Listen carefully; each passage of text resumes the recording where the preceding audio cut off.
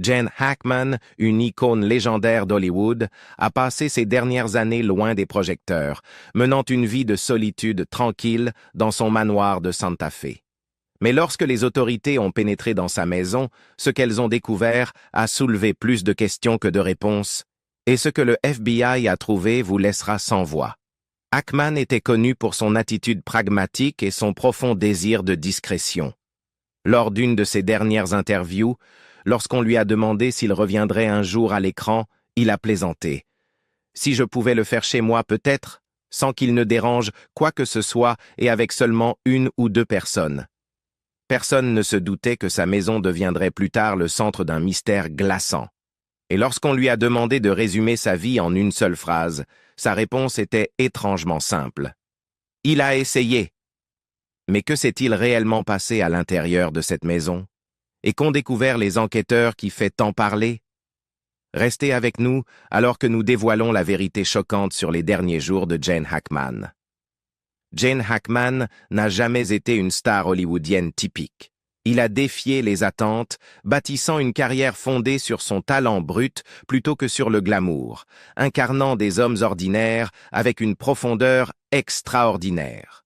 Ses performances dans certains des films les plus célèbres des années 1970 et 1980 ont solidifié son héritage en tant que l'un des plus grands acteurs de son temps. Mais aujourd'hui, le monde est confronté à un mystère troublant. Les autorités du Nouveau-Mexique ont confirmé jeudi que Gene Hackman, âgé de 95 ans, avait été retrouvé mort, aux côtés de son épouse, Betsy Arakawa, dans leur maison de Santa Fe. Mais les circonstances entourant leur décès soulèvent plus de questions que de réponses. Selon le bureau du shérif du comté de Santa Fe, les agents ont découvert les corps mercredi après-midi, ainsi que celui de leur chien. La déclaration officielle affirme qu'aucun acte criminel n'est suspecté, mais quelque chose dans la scène était suffisamment inhabituel pour justifier une enquête approfondie. Puis est venue une révélation glaçante. Les données récupérées sur le pacemaker de Hackman suggèrent qu'il était peut-être mort depuis 9 jours avant d'être découvert par les autorités. Son dernier événement a été enregistré le 17 février, ce qui a conduit le shérif Adán Mendoza à suggérer que c'était probablement la date de son décès. Mais pourquoi a-t-il fallu si longtemps pour que quelqu'un s'en aperçoive?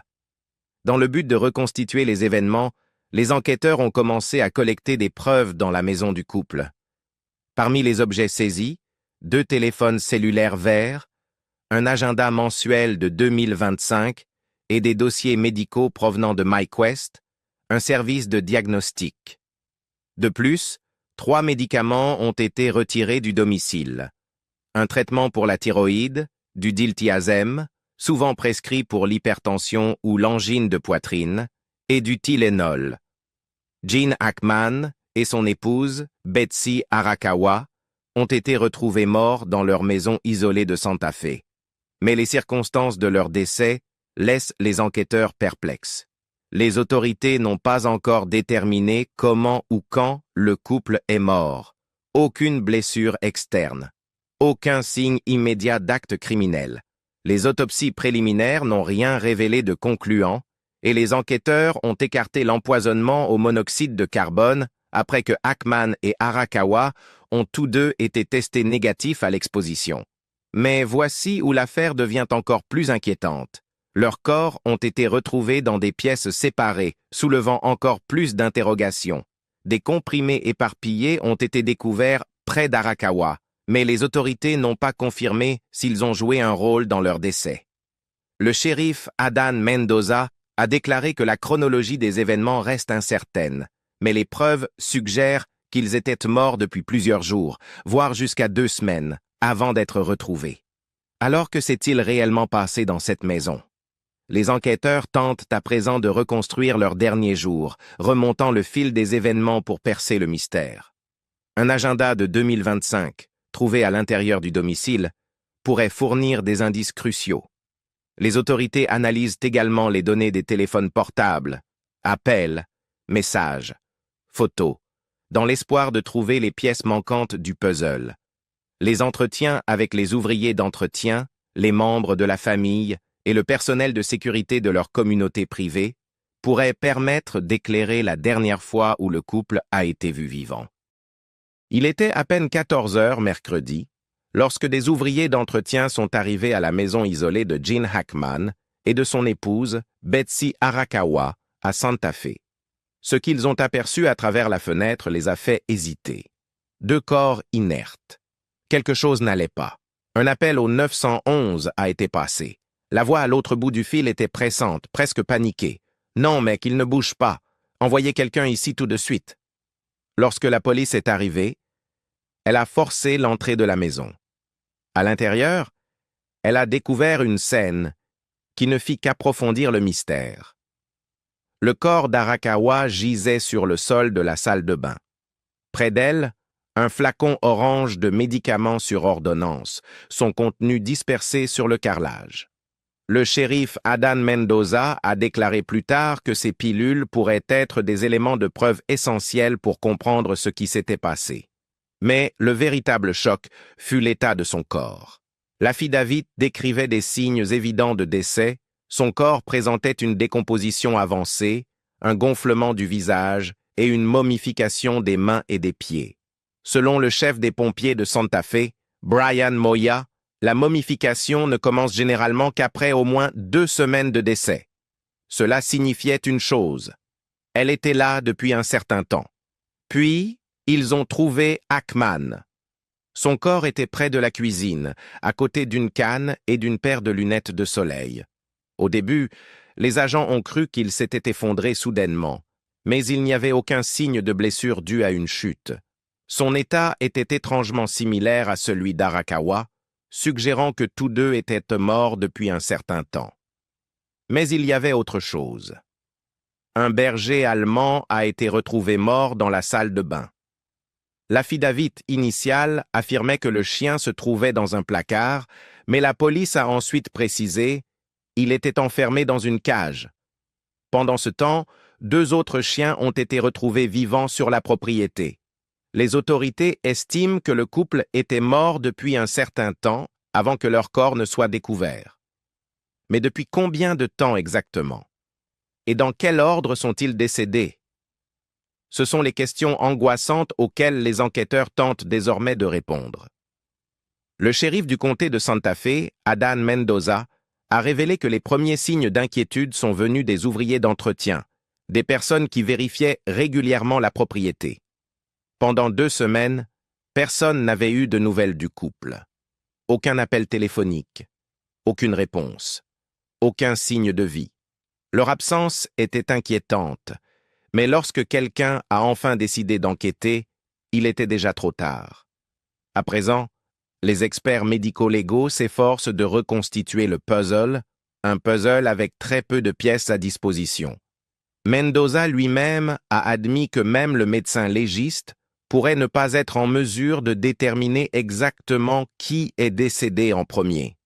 L'heure du décès, après tout, est rarement une science aussi précise que ce que l'on voit dans les séries policières. Le docteur Kendall Crowns, médecin légiste en chef au Texas, a expliqué à CNN que l'estimation du moment de la mort est l'un des aspects les plus difficiles de la pathologie médico-légale. La décomposition, l'état du corps et les facteurs environnementaux peuvent fournir des indices. Mais au mieux, ce ne sont que des estimations approximatives. Le docteur Priya Banerjee, professeur de pathologie médico-légale à l'Université Brown, a partagé le même avis. Même avec une autopsie complète, il est pratiquement impossible de déterminer l'instant exact du décès. Les enquêteurs doivent donc s'appuyer sur des preuves externes, relevés téléphoniques, messages non lus, courriers non récupérés et même des images de vidéosurveillance pour établir un ordre chronologique approximatif. Mais dans le cas de Hackman et Arakawa, ces indices externes pourraient être limités. Le couple menait une vie d'une extrême discrétion, leurs habitudes étant largement cachées du monde extérieur. Et cela ne fait que rendre le mystère de leurs derniers jours encore plus difficile à percer. Gene Hackman était un homme qui, autrefois, dominait le grand écran, une icône d'Hollywood dont la simple présence pouvait porter un film entier. Et pourtant, dans ces dernières années, il avait choisi de disparaître, s'effaçant dans une réclusion si totale que même ses voisins savaient à peine qu'il vivait là. James Everett, un résident à temps partiel qui habitait à côté de la propriété des Hackman, a confié au New York Times que, malgré 5 années passées à vivre à proximité, il n'avait jamais vu ni parlé à l'acteur légendaire. 5 ans. Pas une seule apparition. Un autre voisin, Bud Hamilton, n'avait socialisé avec le couple qu'une seule fois en près de 20 ans. Et même cette rencontre furtive était une exception. Une anomalie dans une existence autrement silencieuse. Le seul aperçu que la communauté avait eu du monde de Hackman était à travers un événement caritatif. Bien qu'il n'y ait jamais assisté en personne, il faisait des dons annuels, sa manière de contribuer sans se mettre sous les projecteurs. Harvey Choker, un autre résident de cette communauté fermée, l'a résumé sans détour. Il voulait être tranquille. Il ne voulait pas être dérangé et je ne peux pas lui en vouloir. Ainsi, le seul signe visible de vie dans la résidence des Hackman était quelque chose d'étrangement banal, leur poubelle, sortie pour la collecte. Un geste routinier qui, rétrospectivement, était l'un des derniers indices montrant qu'il y avait encore de la vie entre ces murs. Pour ceux qui connaissèrent personnellement Gene Hackman et Betsy Arakawa, l'annonce de leur décès a été un choc. Selon tous les témoignages, le couple était en bonne santé, menant une vie calme mais active. Du moins, c'est ce que leurs amis proches pensaient. Daniel et Barbara Lenihan, amis de longue date du couple, faisaient la partie des dernières personnes à les avoir vus vivants. Barbara avait rencontré Arakawa 3 semaines plus tôt dans la boutique de décoration d'intérieur qu'elles avaient ouverte ensemble à Santa Fe. Il n'y avait eu aucun signe de maladie, aucun indice laissant penser que quelque chose n'allait pas. La dernière fois que nous les avons vus, ils étaient en pleine forme, a confié Daniel Lenihan à CNN. Mais quelque chose a changé au cours de ces dernières semaines. Quelque chose qui a conduit à leur disparition soudaine et inexpliquée. Les Lenihan ont admis qu'ils avaient vu le couple moins fréquemment ces dernières années, en grande partie à cause des précautions sanitaires liées à la pandémie de COVID-19. Arakawa avait été particulièrement prudente, veillant à ce que Hackman reste protégé. Elle prenait toutes les précautions, port du masque, distanciation sociale, surveillance de son alimentation et de son activité physique. Il faisait encore du vélo il y a 1 an, se souvient Barbara.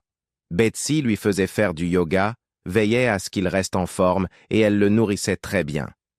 À tout point de vue, ils formaient un couple profondément en harmonie, appréciant la compagnie de l'autre d'une manière rare. Ils étaient un plaisir à côtoyer, a déclaré Barbara. Je crois n'avoir jamais vu un couple qui s'entendait et appréciait autant d'être ensemble. Et pourtant, malgré cette vie apparemment idyllique, ils ont été retrouvés morts dans leur maison, plusieurs jours, peut-être même plusieurs semaines, après leur décès. Aucune cause évidente, aucune explication immédiate, juste une question persistante. Que s'est-il passé dans les derniers jours de Gene Hackman et Betsy Arakawa? Une maison tranquille à Santa Fe, au Nouveau-Mexique, autrefois un sanctuaire pour l'acteur légendaire Gene Hackman et son épouse, Betsy Arakawa, est désormais au cœur d'un mystère troublant.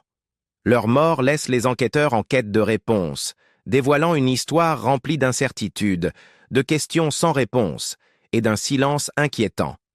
Les autorités ont été alertées après une longue période sans nouvelles du couple. Lorsqu'ils ont été découverts, plusieurs jours s'étaient écoulés, peut-être même plus longtemps. La chronologie exacte reste floue. Ce qui est certain, en revanche, c'est que les circonstances de leur décès ont soulevé suffisamment d'inquiétudes pour justifier une enquête approfondie. Les circonstances entourant ces décès sont suffisamment suspectes pour nécessiter une recherche et une enquête approfondie, a déclaré un adjoint du shérif dans un affidavit officiel. Pourtant, malgré cette déclaration prudente, le shérif Adán Mendoza a adopté un ton différent, exprimant des doutes quant à l'implication d'un acte criminel. S'adressant à NBC, il a affirmé « Je pense pouvoir dire avec une certaine confiance qu'il n'y a pas eu d'acte criminel, simplement en raison de l'absence de preuves en ce sens.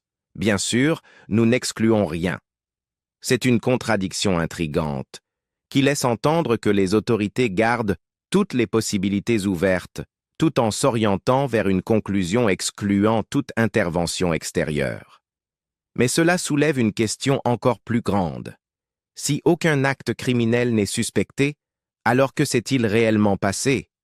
Le premier élément majeur que les enquêteurs ont cherché à écarter était une intoxication au monoxyde de carbone, un tueur silencieux responsable de nombreux décès inexpliqués chaque année. Les pompiers sont arrivés sur les lieux et ont procédé à des tests, mais aucune fuite de gaz n'a été détectée. La compagnie locale de service public a ensuite effectué sa propre analyse des conduites de gaz à l'intérieur et à l'extérieur de la maison. Là encore, aucun problème n'a été trouvé. Cette possibilité étant écartée, l'enquête revient à l'inconnu. Aucune effraction, aucun signe de lutte, aucune cause immédiate de décès. Juste deux vies qui s'éteignent silencieusement entre les murs de leur maison isolée. Pour ceux qui connaissaient Ackman et Arakawa, l'annonce de leur disparition a été un choc. Le couple vivait dans la région de Santa Fe depuis des décennies et tenait profondément à sa vie privée. Ackman, en particulier, avait évoqué à plusieurs reprises le lien spécial qu'il ressentait avec cet endroit. Dans une interview accordée à Architectural Digest en 1990, il décrivait la région comme ayant une sorte de magie. Contrairement à de nombreuses légendes d'Hollywood qui choisissent de rester sous les projecteurs longtemps après l'apogée de leur carrière, Ackman avait pris une autre direction. Après avoir officiellement pris sa retraite d'acteur à l'âge de 74 ans, il et Arakawa menaient une vie loin des paillettes et du glamour de Los Angeles. Ils apparaissaient rarement en public, ne cherchaient jamais l'attention et profitaient discrètement de leurs années ensemble à l'abri des caméras. La gouverneure du Nouveau-Mexique, Michelle Lujan Grisham, a évoqué la présence de Ackman dans la communauté, déclarant « Pendant des décennies, Gene a choisi Santa Fe comme chez lui, vivant parmi nous, non pas comme une icône hollywoodienne, mais comme un membre discret et amical de notre communauté. Nous étions tous fiers de l'appeler notre voisin. » Même le maire de Santa Fe, Alan Weber, a souligné à quel point Ackman restait humble malgré son immense carrière. C'est rare, je pense, de rencontrer quelqu'un qui a accompli tant de choses et qui pourtant ne cherche ni traitement de faveur ni reconnaissance, a-t-il confié à Coat. Leur maison se trouvait au bout d'une longue allée sinueuse, nichée dans une communauté sécurisée. Une résidence offrant une vue imprenable sur les montagnes environnantes, mais suffisamment isolée pour que même le réseau cellulaire y soit peu fiable. Pour Ackman, c'était le refuge idéal, un endroit où il pouvait disparaître des radars et vivre selon ses propres termes. Pourtant, malgré la sécurité du quartier, aucune caméra de surveillance n'était installée à l'intérieur ou à l'extérieur de la maison. Du moins, aucune que les autorités aient y trouvé. Cela signifie qu'aucune vidéo ne permet de savoir ce qui s'est passé dans les heures, voire les jours, précédant leur décès. Cependant, les enquêteurs examinent les registres de sécurité de la communauté fermée pour retracer leurs derniers déplacements connus, espérant ainsi établir une chronologie plus précise. En l'absence de cause immédiate de décès, les autorités comptent sur l'examen du médecin légiste pour obtenir des réponses. Les autopsies sont en cours et des analyses toxicologiques ont été demandées, mais ces résultats prennent du temps. Selon Chris Ramirez, porte-parole du bureau du médecin légiste du Nouveau-Mexique, les rapports complets d'autopsie prennent généralement entre 4 et 6 semaines. Les analyses toxicologiques, qui pourraient révéler la présence de drogue, de poison ou d'autres substances, pourraient prendre encore plus de temps, potentiellement 3 mois ou plus. Pour l'instant, tout le monde doit attendre. Alors que l'enquête suit son cours, ceux qui étaient proches de Ackman doivent faire face à leur chagrin. Ses filles et sa petite-fille ont publié un communiqué émouvant. « C'est avec une immense tristesse que nous annonçons le décès de notre père, Gene Hackman, et de son épouse, Betsy. Il était aimé et admiré par des millions de personnes à travers le monde pour sa brillante carrière d'acteur. Mais pour nous, il a toujours été simplement papa et grand-père. Il nous manquera profondément. Bien que le couple ait toujours été discret, ceux qui les connaissaient en parlent avec chaleur.